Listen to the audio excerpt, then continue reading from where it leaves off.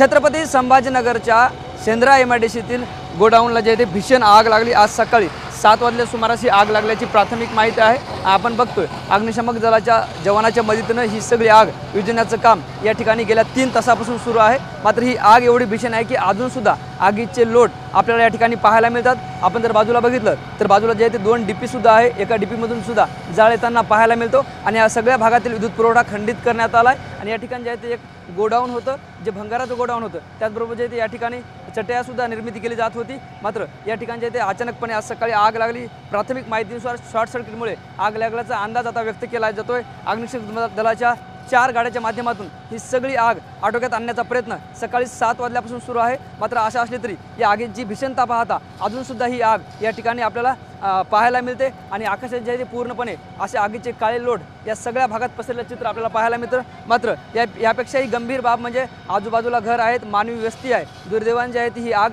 अजून मोठी झाली नाही, त्यामुळे जे आहे ते कोणतीही जीवितहानी झाली नाही। सुदैवानं ही एक चांगली बाब म्हणावी लागेल। या ठिकाणचे जे नागरिक आपल्यासोबत आहेत, ज्यांनी सकाळपासून ही आग पाहिली, आपल्यासोबत स्थानिक उपसरपंच आहेत भोसले सर, काय सांगाल ही आग कधी लागली, कशा पद्धतीने विझवण्यासाठी प्रयत्न सुरू आहेत? सर, आग सकाळी अंदाजे 6 वाजता लागली असेल, परंतु आमच्या लक्षात 7 वाजेच्या आसपास आलं। प्रथमदर्शनी असं लक्षात येतं की आग शॉर्ट सर्किटमुळे लागलेली आहे। आज जवळपास 20 कर्मचारी काम करायला होते। तिरुपती एंटरप्राइजेस म्हणून प्लास्टिकच्या स्क्रॅप मटेरियलपासून दाणा तयार करणारी, ग्रॅन्युल्स तयार करणारी कंपनी होती। यातून आम्ही कुठल्याही प्रकारची जीवितहानी होऊ दिली नाही। सगळ्या फायरवाल्यांनी खूप चांगल्या प्रकारे मदत केली। विशेष करून सांगण्यासारखं, या तिरुपती एंटरप्राइजेसला लगेचच लागून आमची लोकवस्ती आहे कुंभेफळ गावची, ज्याची अंदाजे राहणारे लोकांची संख्या 400 ते 500।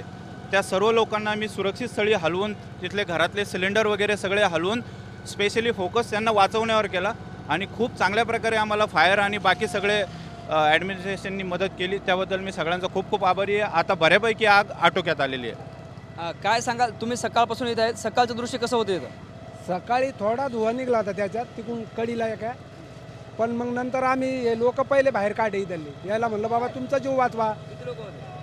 15 ते 20 लोक होते मध्ये कर्मचारी त्याचे। सकाळी 6च्या टायमात झालं ते, तर मग आम्ही त्याला बाहेर काढलं। बाकीच्या लोकांना बी आपलं जे गाव, आमचं गाव आहे, त्या गावाला पूर्ण म्हणलं बाबा तुम्ही तुमचा जीव वाचवा, तुम्ही बाजूला सारखा सगळे गॅस बाहेर काढवा।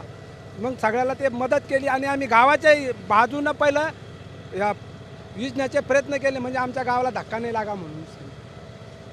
सकाळपेक्षा आणि आता काय परिस्थिती आहे, काय काय वाटतं दोन्हीतला फरक? नाही, आता खूप कमी झालं ना सर, कमी झालं ना। म्हणजे या साहेब लोकांना खूप मदत केली आम्हाला, नाही तर आमचा जीव वाचू शकत नव्हता। लय भयानक आग होती सर ती, इतकी भयानक आग होती की आम्ही थांबू शकत होतो। आमचा असं लटलट काप होत होता, पण हे याच्यामुळं सगळं गावाकडून इकडं आल्यामुळं आम्हाला थोडा धीर आला। आता हे सरपंच साहेबांना आम्ही सारखं पळत होतो, तो इकडून तिकडं तिकडून इकडं, म्हणजे इकडून बाबा कमीत कमी आमचं गाव वाचवा, आम्ही कंपनीत तर वाचवा पण आमचं गाव पण वाचवा। आम्ही यासाठी खूप प्रयत्न केले। बरं, काय सांगाल, काय अंदाज आहे कशामुळे आग लागली असेल? तिरुपती एंटरप्राइजेस जी कंपनी आहे, ही पूर्ण कॅरी बॅग वगैरे इथं बांधतात। आणि आम्ही बघतो आता इथं आमच्या कुंभेफळची गोकुळवाडी आहे। गोकुळवाडी असल्यामुळे ना बऱ्याचशा MIDCच्या ज्या कंपन्या आहेत, घातक कंपन्या आहे, असे छोटे मोठे प्रॉब्लेममुळं याच्यापासून फार मोठा परिणाम होऊ शकतो, काही जीवितहानी होऊ शकते। यासाठी अशा कंपन्यावरती नियंत्रण ठेवणे किंवा असे कोणत्याही प्रकारे ब्लास्ट न होणे किंवा हे अग्नी असे आग न लागणे, या गोष्टी महत्त्वाच्या नियंत्रणात ठेवण्यात आल्या पाहिजे। आपण बघतो इकडे सगळे वस्ती आहे, असं असताना ही भयानक आग लागली।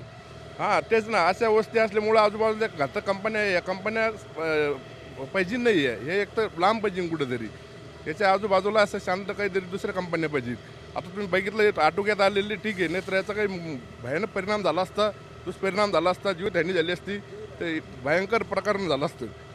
त्यासाठी आमची मागणी ही सगळी सरकारकडे काही अशा कंपन्या वगैरे वस्तीपासून थोडं लांब राहून द्यायच्या आणि असे काही घातक परिणाम होता का म्हणून।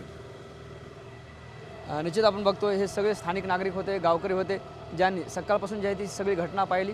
मात्र एक सुदैवाची बाब म्हणजे या ठिकाणी मोठी वस्ती आहे, मात्र अग्निशमक दलाच्या जवानाने शर्थीचे प्रयत्न केले, ही आग आटोक्यात आणण्यासाठी मदत केली, त्यामुळे जे आहे ते कोणतीही जीवितहानी झाली नाही। मात्र असं असलं तरी ही आग पूर्णपणे आटोक्यात आणण्यासाठी अजून काही तास लागणार आहेत, असं सगळं चित्र या ठिकाणी आपल्याला पाहायला मिळतं। कॅमेरा पर्सन अमित आडेसह ज्ञानेश्वर लोंढे, TV9 मराठी, शेंद्रा, छत्रपती संभाजीनगर।